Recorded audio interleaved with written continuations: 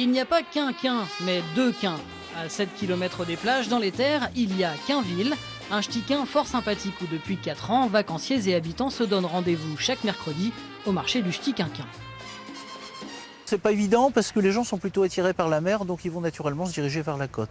Nous, on est quand même à 7 km de la côte, dans un village qui, il y a quelques 10 décennies en arrière, était très actif et maintenant qui est un petit peu moins. Donc on a essayé de relancer un petit peu.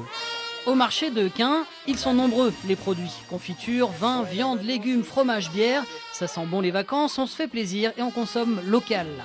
C'est bon les produits du terroir, hein. Ça c'est sûr que ça ne vaut pas les supermarchés, quoi, on va dire. Mes enfants ont voulu acheter de la ficelle picarde, du saumon fumé. Ils veulent aussi du fromage et des saucisses. Mais je ne sais pas si on aura assez d'argent sur nous. Et surtout, on prend le temps de discuter aux 4 quins du marché avec les commerçants. L'occasion de repartir avec quelques recettes et autres astuces culinaires. Il est vert ou noir. Et s'il est vert, il est vert d'un bout à l'autre. Je dis on fait quoi avec? Voilà, il m'a expliqué ce qu'on pouvait en faire, comment on pouvait... Voilà, il y a un truc porc et escargot, vous servez ça comment? Bon, c'est des petites découvertes et qui sortent un peu de l'ordinaire. Rien de tel que de venir parler directement de vive voix de ce qu'on fait tous les jours de notre métier et puis voilà quoi, d'exposer notre démarche quoi. Le marché du terroir de Quin se déroule chaque mercredi en été au ch'ti quinquin. Pour en profiter en 2017, dépêchez-vous, il n'en reste plus qu'un mercredi prochain. Retour à Quimplage pour notre semaine consacrée à la Côte Picarde pour le journal de l'été des Hauts-de-France. Une station balnéaire qu'on va découvrir tout de suite avec notre invitée Marine Lenoël de l'Office de tourisme. Bonsoir Marine. Alors c'est quoi l'histoire de cette station ? Alors au XVIIIe siècle, en fait, Quin, avec la commune de Saint-Quentin, faisait partie de la paroisse du Marcanterre où s'éparpillaient plusieurs hameaux tels que Pont-Gerville, Quinville et le Muret. Et l'actuelle station de Quimplage était juste un espace dunaire.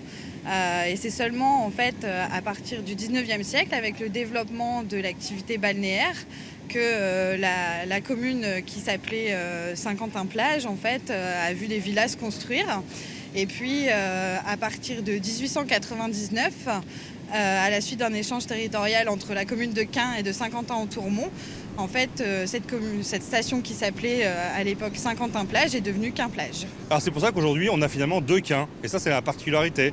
Oui, donc on a Quinville et Quimplage et plein de petits hameaux en fait entre les deux. Alors qu'est-ce qu'on peut faire de beau ici ? Alors on l'a vu, il y a les produits du terroir, mais évidemment il y a toutes les activités qu'on peut trouver dans une station balnéaire. Oui, bien sûr. Alors, principalement les activités nautiques. Ici, c'est surtout le char à voile. Ensuite, on a un parc d'acrobranche, un mini-golf, un centre équestre, une petite ferme découverte. Voilà, plein d'activités à faire en famille. Une piste cyclable sécurisée qui amène jusqu'au parc du Marcanterre. Des balades à pied. Et puis également 2 balades guidées. Donc il y en a une qui porte sur les moules de Bouchot, qui permet de découvrir en fait le métier de la mytiliculture. Et puis il y en a une qui est idéale pour la famille, qui s'appelle Découvrons la pêche à pied, et donc qui permet aux adultes comme aux enfants de découvrir une multitude de choses sur la pêche à pied. Qu'est-ce qui plaît aux touristes ici ? Je pense que c'est principalement la plage, hein, les 15 km de plage de sable fin, voilà, je pense que c'est ça. Et puis ce côté dunes sauvages préservées.